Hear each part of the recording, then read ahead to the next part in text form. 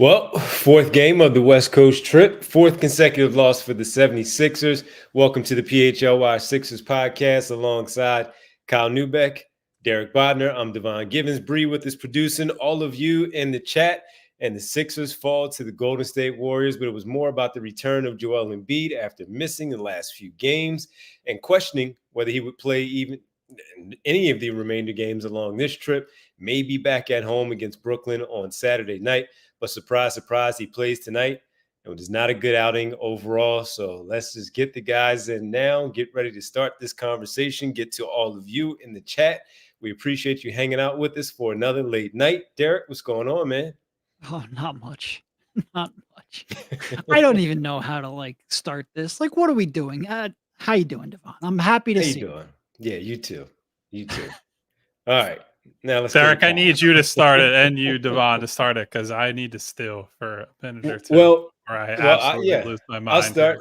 here. I'll start because you guys did a lot of it, of course, and taking all the heat on Saturday with the Golden State, with the Denver Nuggets and the national media and the Nuggets media and all that stuff. But this one was ridiculous. Once I saw that he was looking at you guys on social media, seeing the reports coming out there, of course, him being in the starting lineup on Sixers Twitter. And I'm sitting here shaking my head after our conversation last night, just wondering, why is he playing tonight, knowing that this is the second night of a back-to-back for the team? But for him, he's not right. And clearly, as we discussed it all of last night and a majority of the show just being about him, despite him not suiting up and playing in the game, there was no reason for him to play in this one tonight. What was the reason to have him suit up and play against the Golden State Warriors? It doesn't matter that it's on national television because the game on Saturday was on national television. It didn't have to be in this one where he could have rested, gotten himself together. It's already been a surprise for me that he's even on this trip after being injured the way that he is, to cause him to play that he is playing, cause him to miss these games when he's not in the lineup. So it just didn't make much sense for me. And after seeing him labor up and down the floor, not doing anything like himself, offensively or defensively, as the game continued to progress and go on, it was very, very clear that he did not belong out there. And when he was out there, and they were trying to find him, not afraid, Golden State, of attacking him in the paint, pulling him away from the basket, going at him away from the rim, and doing all of that. You can clearly see that his mobility, his lateral movement, none of that stuff was right tonight. You could see the clear wrap on his knee. Nothing for Joel Embiid was right for tonight for him to be out there on the floor. And then when he was off the floor and the way that they were playing, and we've seen him play a little more freely when he's not out there because of how they run the offense, it just did not make sense for him to be out there, both for his health reasons, number one, and number two, for the style of play that they were trying to play, running up and down the floor. It was very clear that Golden State and Steve Kerr wanted to get up and down the floor, make it a bit of a track meet to get him to run for the amount of time They were that he was using out Joel to blitz on the perimeter on there. That's Curry. it. That's it. And it made no sense, absolutely nothing, for him to be out there for what they were doing. It made no sense. And here we are right now talking about maybe him now being forced to be out of the game because he was injured a little bit further with the hyperextension. Jonathan Kuminga wrestling with him on the floor for the loose ball, falls directly on his knee. And who knows what that might be after that. So I want to address one thing because there's a lot of people in the chat, and I know a lot of people online saying the league forced the Sixers to play Embiid. Look, I think the NBA is making a huge mistake in terms of how they are trying to present it as load management is junk science. They are the most biased actor in all of this. Of course, they have a financial interest in their stars playing, so they're coming up with reports that say there's no direct conclusion. Nonsense. That being said, I don't want to give the Sixers an out here because, quite frankly, they just don't deserve it. It was a Sixers decision to play Embiid in this game. We can go whether or not it is because Embiid wants the end of season awards, or the Sixers want to play in the playoffs, or maybe there's even an explanation where there's really nothing they can do right now to make it better, and rest isn't necessarily going to fix it. We can give them whatever you want, but I don't want to let the Sixers go off the hook. This is their decision to blame it on Silver or the NBA. I think you need to be angry at the Sixers for this as well. All right. So been sitting here thinking, and I want to make sure that I say this first. The number one voice when it comes to whether Joel Embiid plays or not is Joel Embiid. And he knows his body better than anyone. If there was a person who ultimately put the rubber stamp on this, it was probably Joel. And therein lies a lot of the problem. If there is not somebody this many years into Joel Embiid's career who can go to him, look at him during warmups, and say, sit the fuck down, then this is a worthless loser organization. If you, as the coach, the general manager, the head of medical, all the important people in this organization cannot present a unified front and say to Joel, this is too risky. You are not healthy. You cannot play. Whatever Joel's reasons are for playing, whether he thinks he has to suit up for the games played, all NBA, MVP stuff. If he has a responsibility that he feels to his teammates as a leader, like, I got to be out there. Tyrese is hurt. All these guys are hurt. Guys are sick. I know that I'm the leader of the team. I got to be out there. Somebody needs to look at that fucking guy walking around like that and say, you are not healthy enough to play. I could tell you he wasn't healthy enough to play within 3 minutes of that game starting. He couldn't get post position. When he was trying to post, he's basically hopping up and down on 2 feet because he couldn't plant his goddamn knee the whole night. He couldn't attack guys off the dribble because he didn't trust his ability to explode off his knee. And all this is stuff that happens through the first 3 quarters of the game, right? We watch him go to contest a shot in the first half, and his legs just buckle from underneath him. That should have been red flag number 1. Like, even if you saw pregame, like, okay, we think he's good to go, that should have been a giant alarm for everybody on that bench. And somebody should have gotten in Joel's ear and been like, look, man, that it's not worth it. It's one regular season game. And somebody's got to be able to go to him. Maybe it's a teammate. I don't know who the message has to come from at some point. But to put him back in that game after everything we had seen through 3 quarters, certainly I'm not sitting here saying you have to be omnipotent and predict that Jonathan Kuminga is going to fall on Joel Embiid's knee. But his worst in-game injuries have always come when he has a knock, has some sort of lower body issue. He's favoring a leg or an ankle, a knee, whatever it is. And then he suffers an even fucking worse injury because they won't protect him from himself. That is your job. That is your responsibility as the people running this organization. So there's a whole lot of people who should hang their heads in shame that that guy just went out there, clearly could not give it his all, and nobody has the fucking stones to go up to Joel and say, park your ass on the bench because I'm not allowing you to hurt yourself even further. It's embarrassing. No, it really was, man. And after seeing it, as you said, so many of them have still been around this guy for so many years. And if they don't have, at this point, the ability to have the honest conversation with him, and we've heard so many people say, Daryl Morey and others, about how they can have these honest conversations with him and still not convince him that it's the right thing to do, which is to sit down and not play in this game, then there is a problem. Because if they're also going to put out any kind of reports of him not worrying about these in-season awards or any of that stuff, making the All-Star team and certainly the MVP award, and only worried about the playoffs, then what is he out there for tonight?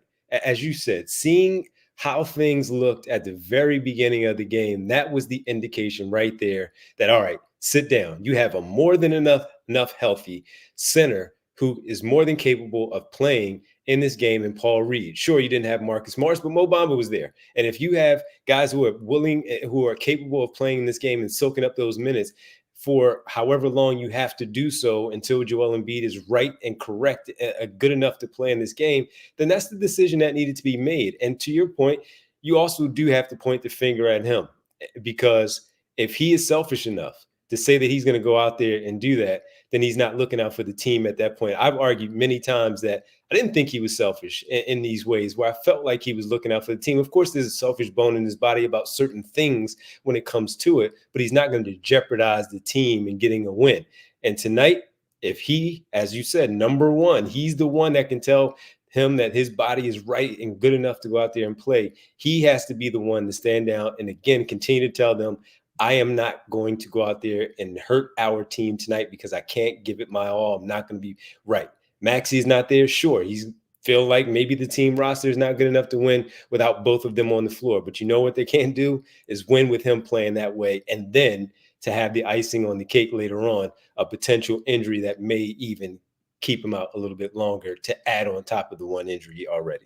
Well, and that was the frustrating thing about tonight is they were playing without him better without him anyway. I was stunned when he came back in with 7.5 minutes left because they were going on a nice little run. There's just no need to put him at further risk. And I'm not talking about like Kuminga landing on his knee. That was pretty random and not something you can necessarily anticipate. I'm just talking like the general. He's out there, and if it's a loose ball like that, what does he typically do? He dives. No, but like I think he would like even if he didn't have an injured knee coming into this, he would have an injured knee now because of that landing. Like that was just random shit that happens. He shouldn't have been out there because he shouldn't have been putting any kind of pressure just on normal basketball movements on that knee because it's clearly not ready to be in game situations. And look, certainly we can get on the Sixers and the staff for not pulling him aside and preventing him from him, making mistakes for himself.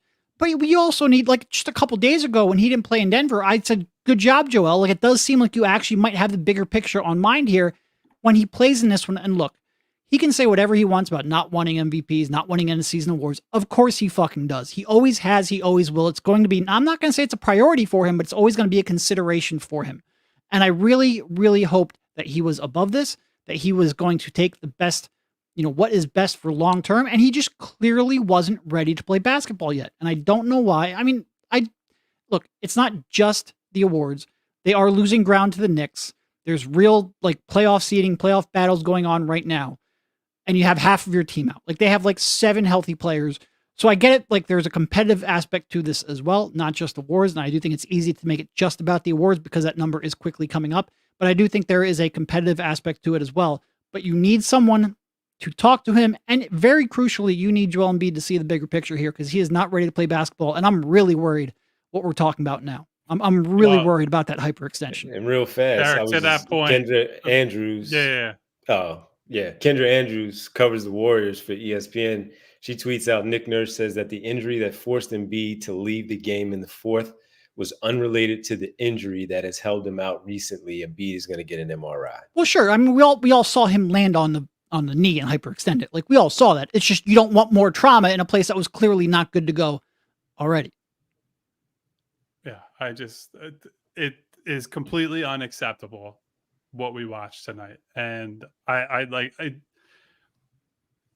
it's unacceptable, especially because this is the one organization in the league that at this point should know better. They have gone through this exact thing with this exact player over and over and over and over again. And at some point, you're the asshole for fucking up over and over and over again. It's not just bad luck. It's not just, oh, the sky is falling. Woe is me. I can't believe that this happened. You guys are messing up. You are putting the player in this position. You are not putting your foot down. You are being irresponsible with this guy. You have one of the all-time great players in the history of your organization, and this keeps happening because of stupid nonsense like this. I cannot believe this. Cannot believe it. I just sat there. I tried to write about the game tonight, and all I can think about the entire time is how stupid it is seeing him on the floor as he's like, look, there are people trying to attribute what he was doing to, oh, he's rusty or he's got bad conditioning. It's like, dude, the guy can't plant on the knee. Yeah. He can't explode off the knee. He's getting attacked at the rim by guys who are a quarter as athletic, 8 inches shorter than him, and they're scoring over top of him because he can't jump. Like that's not conditioning. That's not rust. That's the first quarter of a basketball game. The Warriors wanted him 4 or 5 times and scored directly over him. That if you look at that and say that's rust or that's conditioning, you're a dumbass. And speaking of dumbasses, all those people who are talking about, oh, he's ducking, he didn't want to play in Denver. You look like even bigger assholes now than you did on Saturday night, than you did on Sunday morning. This guy has been carrying an injury. He's been dealing with this knee thing for over a month now. And all these people who want to get up on their high horse and act like this guy is scared of somebody that he's cooked multiple times in a row, that he has a great record against, just a bunch of stupid, disingenuous people. And all of that, like, I'm not saying that's an excuse for Joel to not put himself first. All that shit feeds into a decision like this, where a guy who clearly should be on the sideline is listening to these fucking assholes who have no care for what this guy's going through and just want to paint some stupid narrative about a guy. It just drives me insane. No, and it's one thing for Denver fans. Fine, whatever. Like you're tribalistic by nature. So many people in the media have been talking about this and talking about this. Real media members, man. Real media members. And I go back to like, what is the media's biggest bias? And I think sometimes when you're talking about politics, it's left or right, or sometimes with the team you cover. No, our bias, and by our, I mean media, not this podcast specifically, the media's bias is what gets attention and what's easy. And that will always be the case. That's sadly the way it is, especially now in social media age. And that has really shown in the last 48 hours. It is easy to pile on this narrative. It's easy to talk about this. And anyone who brings up 4 straight missed games in Denver without also bringing up COVID and the knee injury that caused him to miss 2 of those games is a complete disingenuous hack, because you are just then trying to take the evidence to support your conclusion to make an argument that you want to make, not trying to actually arrive at the real answer. And it's been infuriating. It is even more infuriating now that we watched that game and saw how badly he's hurt. You have a little bit of a job to put in just the tiniest bit of effort, just the least amount possible, before you start questioning a guy's actual injury. It's insane. It's insane. All right, guys, we're going to take a quick break here and tell everybody. We have to pay the bills. We have to pay the bills. So I'll pay the bills while you guys, take it easy. I got your back. You guys are my teammates. You're my brothers. I want to make sure you guys are all right. So let me talk to the people about Game Time. There's a big football game coming up in a couple of weeks. And maybe, just maybe, you might have a chance to get in there. I don't know how. Maybe you get a good deal, and the place for you to go is Game Time. Buying tickets to your favorite events shouldn't be stressful, and Game Time is the fast and easy way to buy tickets for all the sports, music, comedy, and theater near you. If your local basketball team is ticking you off and you need to go unwind and go see a theater show, a comedy show, this is the place, because with killer deals on last-minute tickets and their best price guarantee, you can stop stressing over the tickets and start getting hyped for the fun that you'll have. Here are some of the things that happen there for you on the app. Images of the seat views, because you don't want to be obstructed. You want to be able to see what's going on in the field of play in sports, on the stage, wherever you may be. Lowest price guarantee, events cancellation protection, job loss protection as well. Those flash deals and last minute tickets come in handy. Easy to find and buy tickets for every kind of event in your area. Game Time is the place for last minute ticket deals. Get exclusive flash deals on tickets for football, big game, basketball, baseball, concerts, comedy, theater, and more. Forget planning months in advance. Game Time is deals on the tickets right up to the day of the event. The Game Time guarantee means you'll always get the best price. If you find those tickets in the same section and row for less, guess what? Game Time will credit you 110% of the difference. So snag those tickets without the stress with Game Time. Download the Game Time app. Create an account, use code PHLY for $20 off of your first purchase. Terms apply. Again, create an account, redeem code PHLY for $20 off. Download Game Time today. Last minute tickets, lowest price guaranteed. We also want to tell you about Rocket Money. We all want to make sure that you get the most out of your money and that you're not wasting money on unnecessary subscriptions. Rocket Money is a personal finance app that finds and cancels your unwanted subscriptions, monitors your spending, and helps lower your bills. You can see all of your subscriptions in one place, and if you see something you don't want, you can cancel it with a tap, and you never have to get on the phone with customer service. They'll even try to get your refund for the last couple of months of wasted money and negotiate to lower your bills for you by up to 20%. All you have to do is take a picture of your bill, and Rocket Money takes care of the rest. Rocket Money has over 5 million users and has helped save its members an average of $720 a year with over 500 million in canceled subscriptions. Stop wasting money on things you don't use. Cancel your unwanted subscriptions by going to rocketmoney.com/PHLY. That's rocketmoney.com/PHLY. rocketmoney.com/PHLY. I'm just so mad over here, guys, at just so many different people in Philadelphia, people outside Philadelphia. I'm glad you brought up the media, because that really does really piss me off, in part because that's our profession and we should take our profession seriously. And it's just coming to a conclusion and questioning a guy's integrity while putting in no effort when there are very obvious answers out there. Like I said, anyone who brings up 4 straight missed games is just doing that like trying to shoehorn that in their narrative, and it's freaking wild that you can just get away with it. It's wild. Also, there were people trying to claim that he didn't play in Utah for a certain amount of years. He literally hit a game winner in Utah last year, like a year ago. There are people just like actively making shit up about what this guy is doing or has done. Or like, I've said this before. The craziest thing about this specific narrative this year, and you guys remember this well, early in Joel's career, everyone was giving Joel shit because he didn't care about the games against, the lower level teams, the mid-January games against Atlanta and Charlotte and whoever else. But he really got up for national TV against, the biggest stars of the game, the other big men that he compares himself against. Well, he's gotten up for all the games that he's been healthy enough to play in this year.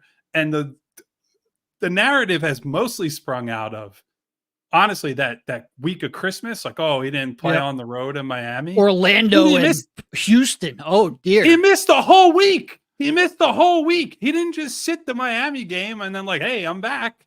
He's been hurt. The guy has been injured, and it has been an ongoing concern. And these people are acting like Joel sits in a fucking room with a schedule and is like, oh, this is a tough one. X that off. I'm not playing this one. I'm not going there. I'm scared of this guy. Like, are you absolutely out of your mind? Yeah. Dude, I mean, no, go ahead. I'm sorry. I didn't mean to cut you off. It's sometimes tough to know when your rants are going to end. No, it's just like, look, dude, you have, like you said, Derek, you have a responsibility. And there are people in our profession who take it very seriously, right? Like down to the awards voting, how they cover guys, how they talk about guys. There have been people who have tried to compare how Joel's being talked about now to how Jokic was being talked about in the MVP race last year. The only example where things went off the rails is the Kendrick Perkins example toward the end of the year, where it got into like race and white privilege and all this other nonsense, when most of the discussion about Jokic was winning 3 straight MVPs is borderline unprecedented. And to give him 3 straight when you haven't given it to guys like Michael and LeBron and Kobe and like all these luminaries in league history, that was the main argument last year. It was not a disingenuous like, oh, Jokic is ducking these guys, or it's like playoff related stuff. And we would all sit here and agree that Joel playoff related criticism is warranted until he steps up in a big moment that matters, until he leads his team, conference finals, NBA title. He's going to get deserved criticism compared to the guys at the very, very top of the sport. We all understand all that. But the people who are trying to degrade this guy, there's a fucking reporter in Denver the other night. I don't even know who this guy is because he's worthless and a loser and whatever. Guy asked if him not playing in Denver is a reflection of Joel's character. I hope that fucking guy watched this game tonight. I hope he has to sit there and think about it. Oh, he watched the game. He probably just came back and decided to say something about after watching the game. See, I asked the right question for what he did. Derek, I cut you off, and then I'll go. I was just going to say, if he was capable of self-reflection, like they wouldn't be asking that question. Like I said, media's bias is easy. What's easy? And I think a lot of this narrative goes back to Embiid not playing in Denver last year, and that's honestly the only one that might have a little bit of legitimacy to it. I do think there was an element of he just whooped Denver earlier, had the MVP in the bag that might have factored into it. The other 3, this one, and like I said, the COVID one and the other knee one where he missed 10 straight games, there's just no legitimacy. And to try to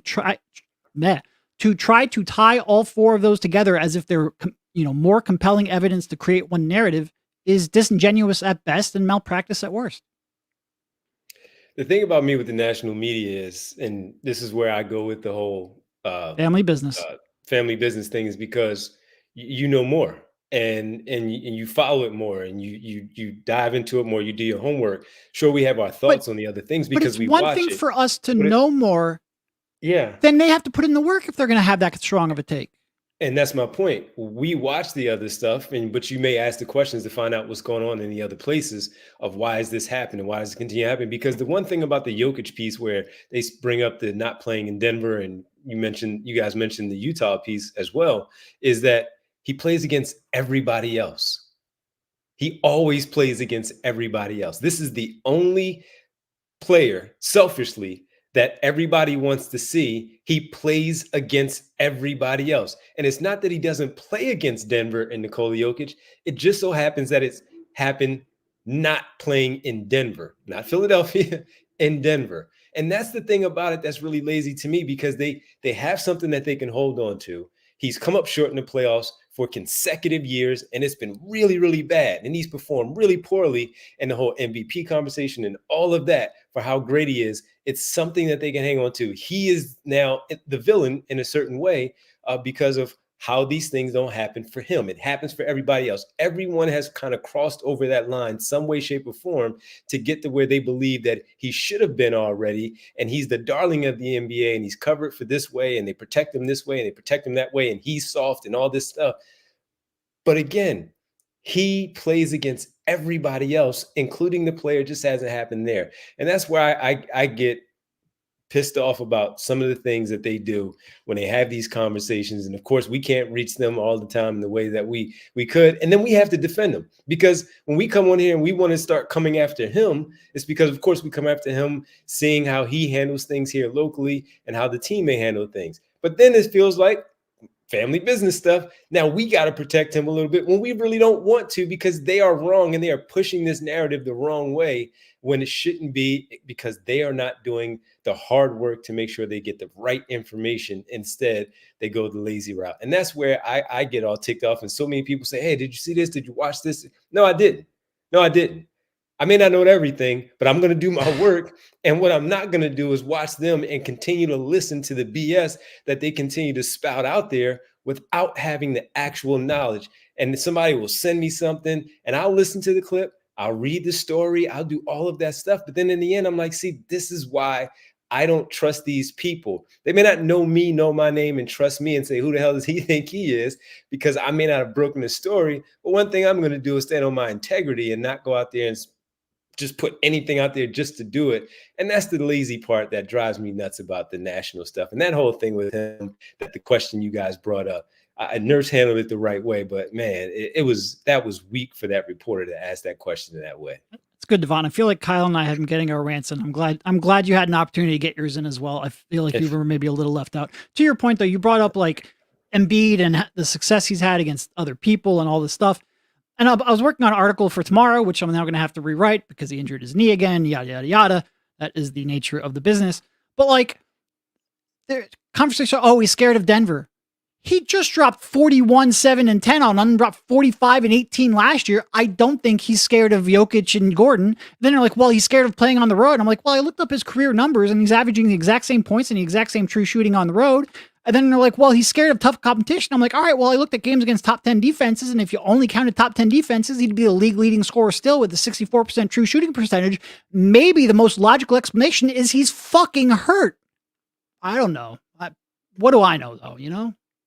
Yeah, I mean, listen, I hate to, I'm reluctant to ever give the city of Boston any credit, but the amount of games that he's played in Boston at TD Garden, if you think he's afraid to go to goddamn Denver and see those people, are you out of your mind? Like, the Boston people are crazy. They're the Northeast corridor for sports. There is nobody more insane about sports than from 100%. Philadelphia up to Boston. And it's all basically the same breed of sports fan, like absolute devotion, psycho in the best way. If you think Joel Embiid has played playoff series against the Boston Celtics and he is afraid to go to Denver, a January game in Denver, yes, you are the dumbest motherfucker I've ever spoken to in my life. And by the way, I want to highlight somebody, Doe Gaming, in the comments said, if the Sixers suppress his injuries and keep it behind closed doors, it's nobody's fault if they assume and speculate. Yes, it is. If you are a fan and you are somebody who has no connection as a reporter, a media member, a person involved with the league, sure, you talk trash and say whatever you want to say. The people who are in locker rooms, the people who talk to these guys, who understand the day-to-day, what goes on in this league, you do not get to sit there and just make shit up and assume and speculate. The job is to be informed and to inform the people that you covered the team for. The reason that we are sitting here is because many of the people in this very chat, in our Twitter mentions, on allphly.com, those people trust us to tell them exactly what is going on. No exaggerations, no nonsense, no BS. So to that point, of course I don't give a shit about, I care about fans, but I don't care what fans of rival teams are saying about Joel Embiid. You're going to be irrational the same way Sixers fans would talk a lot of trash about Jokic and Jason Tatum, whoever the hell is in town on a given night. But if you have a platform, you have responsibility. And that's my beef with how he has been talked about and covered this year. Oh, man. You know what? Let me get to a super chat. People we got are a jumping couple. in. We got a bunch of them, yeah. Let me start off with Furious, since this is the last one I saw. Furious, appreciate it. He's been hurt since high school and college before Philadelphia. And even if he plays 30 games, can we count on him making it through an entire postseason? Honest question, and definitely not saying trade him. Thank you, Furious. Well, I'll just start off with Derek has simply asked one thing. Can we just see the guy healthy for one playoff run? But here's also what I want to say. When he came into the league, yeah, he was injured, but it was a navicular bone. We haven't heard a peep out of that ever since he came back from it the second time. That has not been the problem.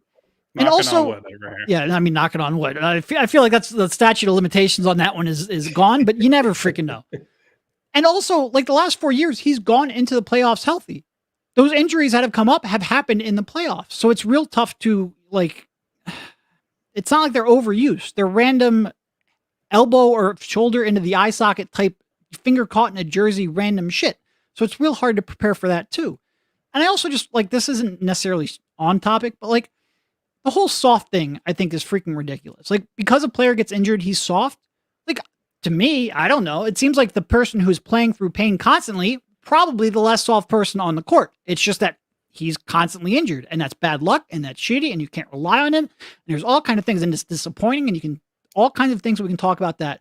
Soft is a really weird label to me, especially when it's he's played multiple series with a concussion and a face mask on because his orbital bone got blown up. Multiple playoff series, you're going to call the guy soft? I don't get it. Unreliable, sure. Soft, I just don't. It's a weird, and that's going to Philly fans. We've spent a lot of the show complaining about, Denver fans, the national media, and all that stuff. Philly fans, it's a weird label for me, is all I'll say.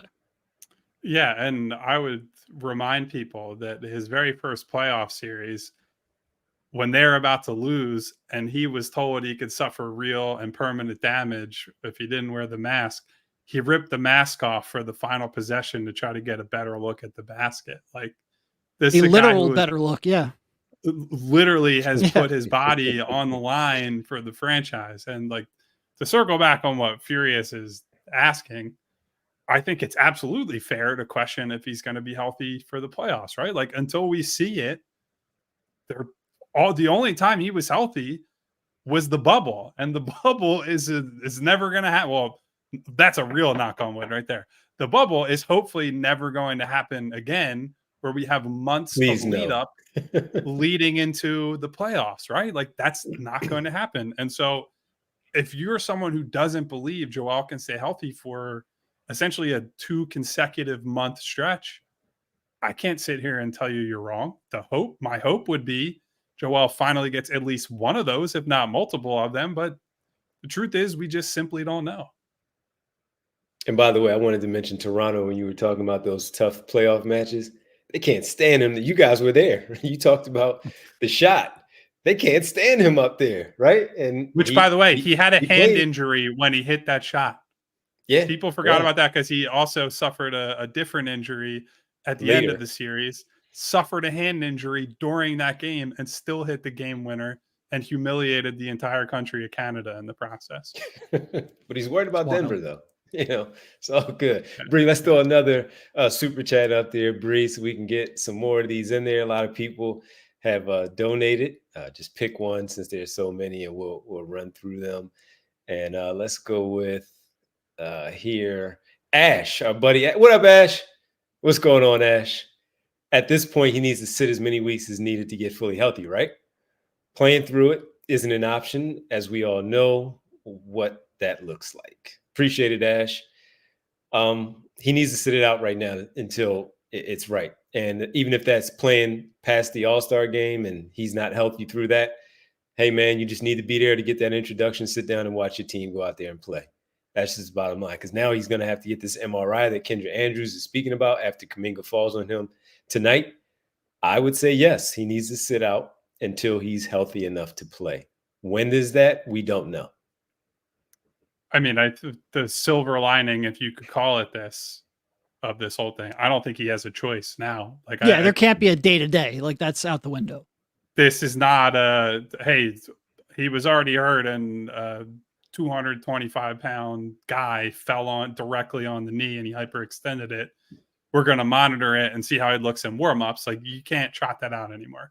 You're going to have to give him a real designation, not swelling, not soreness, not, oh, well, we're going to monitor it. We're going to do this and we'll see how he feels today. Like, it's not acceptable. So if anything good comes from it, I guess that would be it, that we will probably get some sort of firm timeline and guidance. I would hope that it's not super long, obviously hoping for the best for Joe, because that's the subtext to all this, right? Like, we've said it 100 times, but all of us enjoy watching him play basketball, appreciate what he has contributed, not just this year, but certainly over the last half decade plus, and what he's meant to this team. So just want him to be healthy and be out there so that, one, we can evaluate the team. Two, I just enjoy watching the guy play. So little silver lining, but it's not going to do much on a night like tonight. Well, because like you don't know. Like, I'm at the point where obviously we have to wait until we get the results for the MRI. But like, do you now just sit out the trade deadline because you don't want to waste assets on a marginal upgrade when you might not have a healthy Embiid anyway? It is everything sucks. And honestly, I feel like we probably spent maybe that should have been the podcast title. Everything sucks. Certainly the thumbnail. That's tomorrow. Everything sucks. I feel like maybe we spent a good chunk of this show going off against like media and Denver fans just because it's better than talking about the reality of what we're facing. Right. And that's what tomorrow's show is for. That's allowed. Still got some. Hey, by the way, I mentioned the trade deadline. We're doing a live show at Chicken and Egg, Chicken and Egg in Marlton, New Jersey. We will be there from 2 to 4 on trade deadline, which is February 8th. So go check that out. Just Google Chicken and Egg, Marlton, New Jersey. I had the webpage sent to me earlier today and I completely forgot it and I'm too lazy to look it up now. But you didn't forget it. You know exactly what it is. No, I remember one part of it. I just remember, I don't remember the first part. Yeah, Chicken and Egg, Marlton, New Jersey.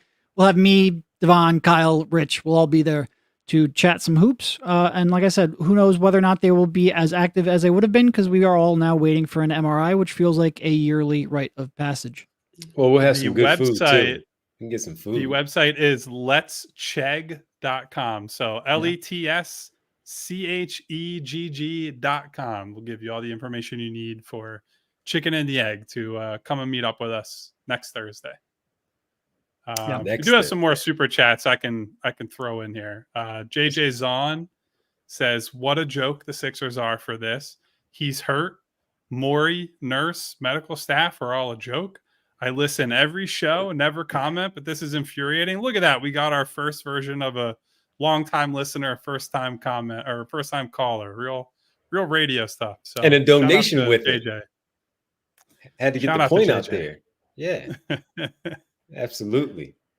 Yeah. I mean, echoing a lot of what has been said, well, was said early in the pod, certainly, about the responsibility the team had to him. But if you can't tell, JJ's on, I am a little bit mad tonight about how everything has unfolded. So I hope for not just you, but everybody, that we have properly channeled the fan base's emotions here. I think we have.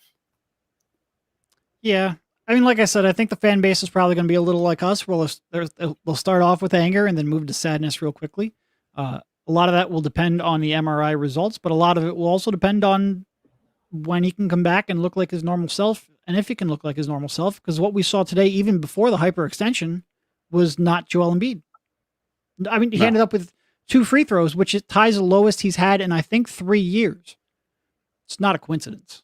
He was basically, when he had to turn and adjust his body to try to defend, he was basically turning, just spinning on the one leg so he wouldn't have to land on that Yeah. left leg. That's exactly what he was doing. Exactly what he was doing. Man. I know the exact. There was one play in the second half, Devon, where it was really obvious, where he did almost a full 3. He did like a 270, if not a 360, to try to. And I'm pretty sure he still got a contestant at the rim, which shows you, the physical tools in terms of his length are still valuable, even when he can barely move. But yeah, I mean, it was borderline comical how little he could move out there compared to normal. Yeah. It's like a ballet move. We have more super chats.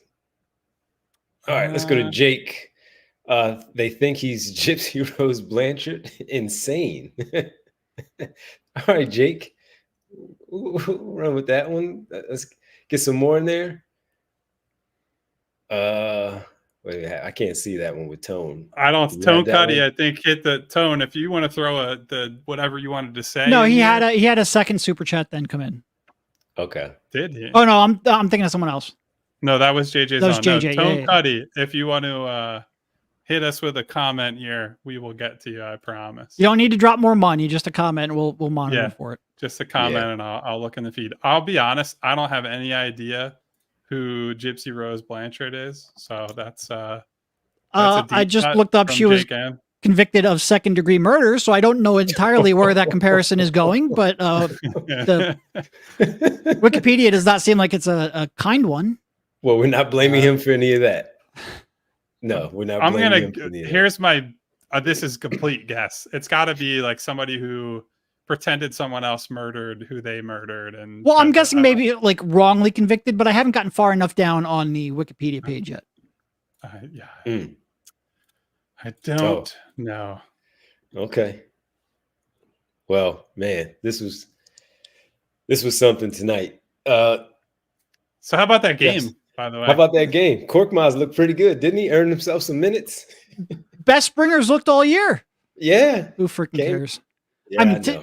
to be honest, he was like, there were moments where he was out of control on offense, which has sort of been the story of the season for him. Like, bro, you're a catch and shoot and slash guy, and that's it. By the way, But he looked much better in the second half. Has he become a black hole when he has the basketball? Yeah. Because he really does not look to pass to the other guys. No, and he made that one spin move and one, and it's like, I'm glad you made it, buddy, but don't ever do that again, please. Yeah. Yeah, because I even watched KJ Martin a couple of times. They've been on the floor together at the same time. And not saying that you need to pass KJ Martin the ball and dribble because he can't. But when I'm looking at him and Jaden Springer's just doing all these things and not passing the basketball, you can just kind of see him throw his hands up like, yo, what are we doing here? Pass the basketball. But yeah, other than that, he looked pretty good defensively. Offensively, he had some good things happen for him. But yeah, still done some Springer things. Korkmaz looked pretty good out there in his time out there on the floor. Looked pretty solid, actually, for the stuff that he did. Hit a couple of big shots later on. And like I said, probably earned himself some more minutes in the rotation for right now, especially being down so many backcourt players. Devon jumps in with a late super chat and says 65 game minimum is stupid if 58 is for stat titles. That was something I wanted to ask you guys about tomorrow, but just to kind of get into it, even Tyrese Halliburton, who's already missed 13 games and surely looks like a first or at least minimum second team all NBA guard, he's already missed 13 and can't afford to miss many either here going forward. And he called out the NBA saying that this new rule is ridiculous. So here's what I'll say. First of all, I think it was an unnecessary rule to make because I don't think anybody has ever won an MVP while playing fewer than 65 games. So it's like we in the media have already sort of taken that into account when we've been making these votes. Why do we need this to be officially on the books? I don't really care too much for MVP, even if it ends up costing Embiid, because I don't think if he plays 60 games, I don't think people were going to vote for him anyway, even if he was clearly the best player in the league. What I do care about is for the all NBA, when you've got multiple teams and you're talking about the best 15 players in the world, somebody can, like Halliburton, can play 62 games, still be one of the 15 best players in the league, and that could then dictate what he's eligible to earn, which, by the way, I think media votes being able to dictate what players can earn is ridiculous. But if we're going to do that, then adding on top a 65 game minimum on a 3-team award is to me where I think the major miscue was. Because quite frankly, if Joel Embiid only plays 60 games, I don't think he's winning MVP anyway. Yeah. And Derek, I don't actually remember if you were there when I had this conversation with, I won't Tim name Strawpoll? I was trying to leave him anonymous. We had a I don't think he'd conversation care. I don't think he cares either. Talk with Tim Bontemps at a game one night because he's an awards voter and also conducts the straw polls at ESPN. And that was kind of his rationale for how he would probably approach awards, that all NBA is just best 15 guys. Whereas when you're saying most valuable, that the games played can be a separator. Although I should note before anyone jumps down Tim's neck, that's a big Joel guy. Tim is also pretty big Joel advocate and has voted for him. Yeah, and he was mostly just commenting on what he thinks the voting public will do, not necessarily his straight opinions. Yeah. Got another super chat, late arrival from our guy Haidar he's in Iceland, if I'm remembering correctly. Yeah.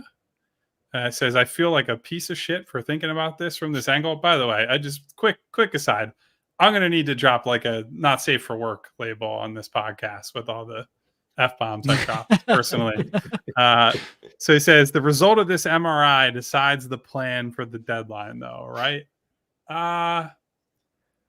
I don't know if I'd personally go that far, but certainly like if Joel's out for an extended period of time, that becomes a real conversation. And maybe we'll expand on this on the show tomorrow as more of a lead topic sort of deal. But yeah, I mean, this MRI now becomes the single most important event of the month, or maybe perhaps the trade season, deadline, depending on how bad it is. Sure, yeah. Right. Well, I was going to say the MRI will actually happen in February, so that's quite the bold statement. And we got another show to do in 12 hours. Oh my god, that's crazy. Yeah, you gonna get enough sleep there, man? No. We don't go on until 2:30 tomorrow. We'll be all right. I mean, I've mentioned this before, but like I cannot sleep past like 7 or 8, no matter what time I go to sleep. So no, I'm probably going to be quite punchy tomorrow. All right, I'm going to make sure then that on our way out tonight that I read every single name in the chat to make sure Derek stays up as long as possible. No, perfect. Yeah, we'll help Derek sleep a little longer, maybe. We got nothing else though, right? That's our last super chat. Shout out to Haidar. Just want to say we had pretty big numbers, honestly, for a show that's being held at 1:30 Eastern. People are on fire on a Tuesday night. I understand everyone's worked up, so feel very blessed to have all of you with us. So got a shout out to a lot of people. I truly appreciate being able to commiserate with all of you fine folks at this early hour of the morning. I would not want to be doing this alone. Absolutely. So got to shout out my people, our people, the Bull RJ, who, by the way, is taking quite a bit of grief in the chat. And I know that he's out on an island with wanting to move on from Joel, from what I gather. RJ is the man. But everyone keep it civil. We can disagree respectfully. At least that would be my hope. So, but shout out to the Bull RJ, Money Mar, Jay the Jungle, Bootzilla, Brian Knight, Hans, who's been trolling a little bit, but we'll let you slide. Average Koala, X-Man, Iro, Cannoli again, Coach Lowell Ricketts. Lowell Ricketts, that's a new one. We really need somebody to get like an above average koala in here too. WJ, Mateus, William, Haidar, all the way from Iceland. Just a Haidar, guy. what's happening? You a fraud is here once again. Wow, who's that guy? Derek Bodner, never heard of him. Joe Sox, Doe Gaming, Mr. Majestic the 13th. That is very specific, my friend. Bob, I wish I could pronounce your last name, but I'm scrolling really quickly. So shout out to Bob B. I will just say that. Fusion, that's the second Fusion that's in this chat. SB Cole, we had super chats from JJ Zone Home, our guy Ash, Jake M, Tone Cuddy, Devon, aka Schoolboy Beats. I'm still going up the list. Luke Rappaport. Guys, I love you. I love you for being here. I love you for being here every day. If you could, on the way out, hit that subscribe button, hit the bell icon so you get notifications each and every time you go live. If you hit the thumbs up button, I unfortunately cannot promise you that it'll make Joel Embiid's MRI go any better or worse for It that can't matter. hurt. It can't hurt. But it can't hurt. And I'll bring it to Joel in the locker room and say, Joel, this is like the fans get well card to you. Look how many thumbs up they gave you to show you their love. So we will be back with you in about 13 hours from this second. And what up, Al? We see you, Al. What up, Al? The 2-minute warning. The legend Al's himself. in there. And I need to get like I need to put a ding on my board because like I have all kinds of things I can hit, but I don't have a ding.